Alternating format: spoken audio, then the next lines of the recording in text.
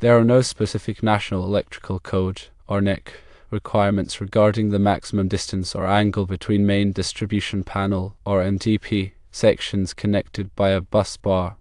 However, for proper installation and operation, it is recommended to follow certain guidelines. Firstly, the distance between MDP sections should be minimized to reduce voltage drop and power loss. Secondly, turning a 90-degree corner adds resistance to the bus bar, which can further increase voltage drop.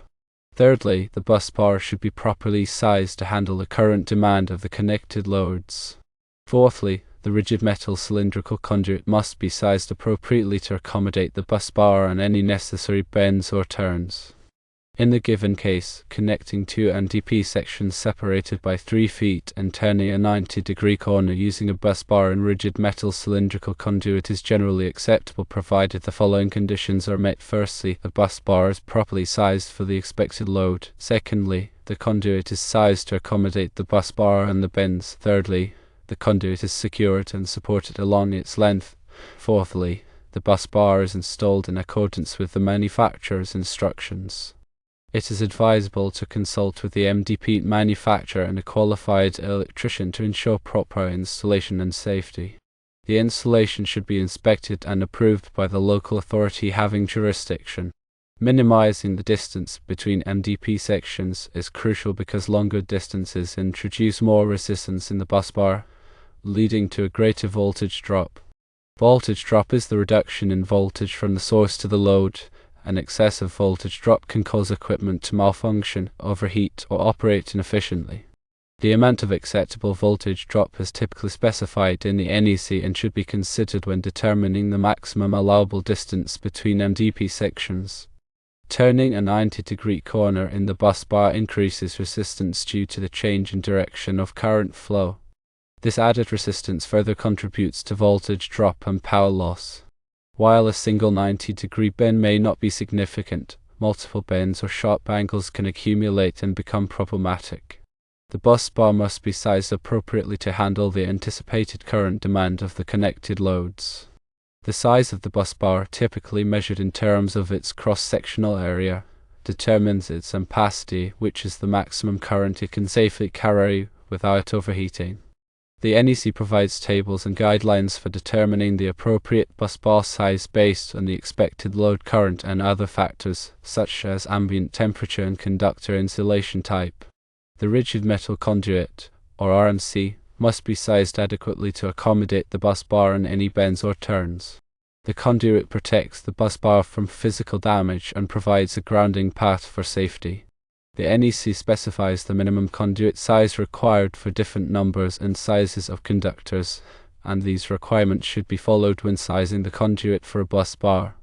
When installing a bus bar in RMC, it is important to ensure that the conduit is properly secured and supported along its length.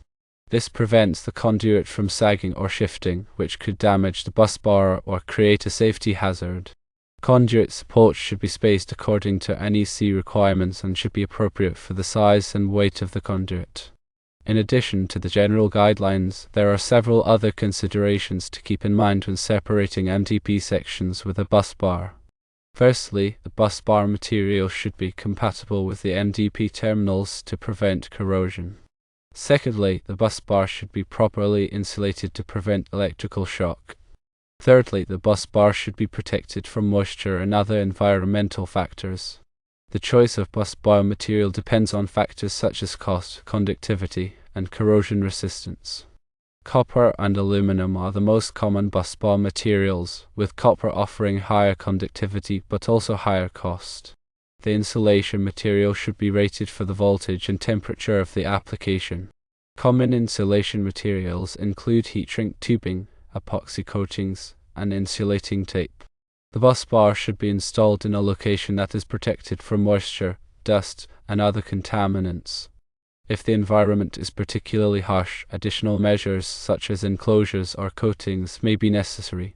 Consulting with the MDP manufacturer and a qualified electrician is essential to ensure proper installation and safety. The manufacturer can provide specific recommendations for bus bar sizing, conduit sizing, and installation procedures. A qualified electrician can ensure that the installation complies with all applicable codes and standards. Finally, the installation should be inspected and approved by the local authority having jurisdiction, or OJ. The AHA is responsible for enforcing the NEC and other local electrical codes. An inspection by the AHA ensures that the installation meets all safety requirements and is suitable for its intended use. When calculating voltage drop, several factors must be considered, including the length of the bus bar, the current flowing through it, the resistance of the bus bar material, and the power factor of the load.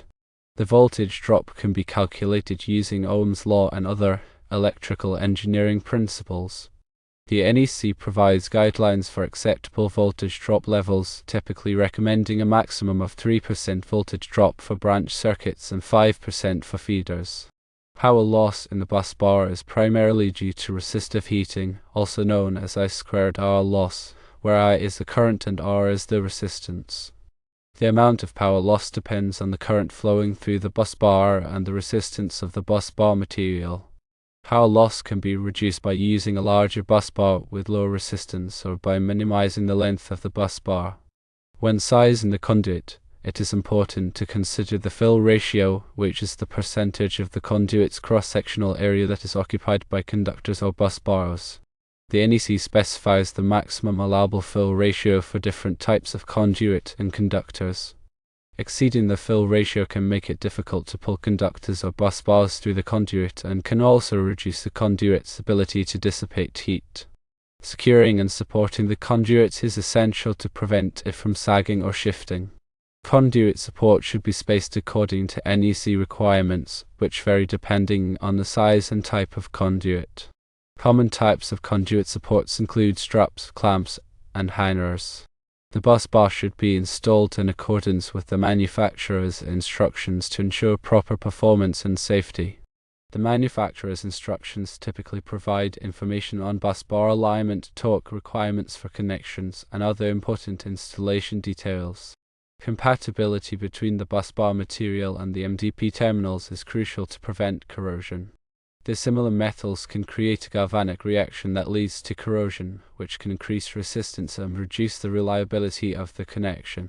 The NEC provides guidelines for selecting compatible materials for electrical connections. Insulating the bus bar is essential to prevent electrical shock. The insulation material should be rated for the voltage and temperature of the application. Common insulation materials include heat shrink tubing, epoxy coatings, and insulating tape. Protecting the bus bar from moisture and other environmental factors is important to prevent corrosion and other damage. If the environment is particularly harsh, additional measures such as enclosures or coatings may be necessary. Enclosures provide a physical barrier that protects the bus bar from moisture, dust, and other contaminant. Coatings, such as paint or epoxy, can provide additional protection against corrosion. Consulting with the MDP manufacturer and a qualified electrician is essential to ensure that all of these factors are properly considered and addressed. The manufacturer can provide specific recommendations for bus bar sizing, conduit sizing, and installation procedures. A qualified electrician can ensure that the installation complies with all applicable codes and standards. Furthermore, proper grounding is crucial for electrical safety.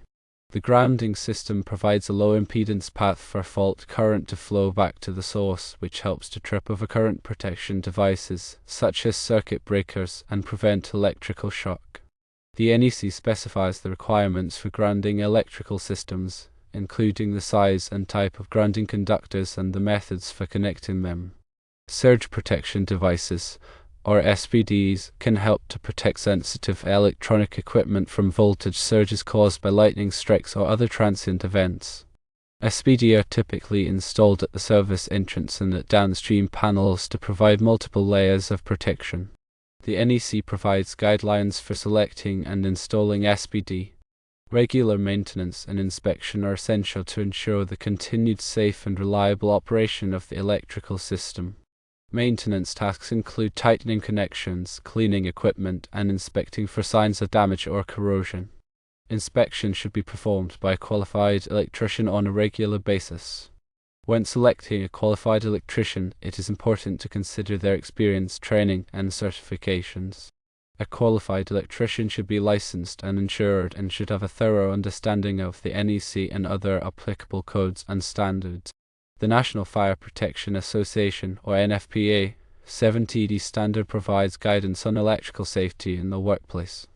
NFPA 70E covers topics such as arc flash hazards, lockout-tagout procedures, and personal protective equipment. Electrical safety training is essential for all workers who may be exposed to electrical hazards. Training should cover topics such as hazard identification, safe work practices, and emergency procedures. By following these guidelines and consulting with qualified professionals, you can ensure that the installation of MDP sections separated by a bus bar is safe, reliable, and compliant with all applicable codes and standards. Remember to always prioritize safety when working with electricity and to consult with qualified professionals if you have any questions or concerns. Also, it is important to consider future expansion when designing the electrical system. Leaving space for additional breakers and circuits can save time and money in the long run. Additionally, using modular components can make it easier to add or reconfigure equipment as needed. Labeling all electrical components is essential for safety and troubleshooting. Clear and accurate labeling makes it easier to identify circuits and equipment, which can prevent accidents and speed up repairs. Finally, documentation is crucial for maintaining the electrical system. Keeping accurate records of all installations, modifications, and repairs can help to track the history of the system and ensure that it is properly maintained. In summary, while the NEC does not specify a maximum distance between MDP sections connected by a bus bar, it is important to minimize the distance to reduce voltage drop and power loss. Other important considerations include bus bar sizing, conduit sizing, securing and supporting the conduit, using compatible materials, insulating the bus bar, protecting the bus bar from the environment, grounding, surge protection, maintenance, inspection, and consulting with qualified professionals.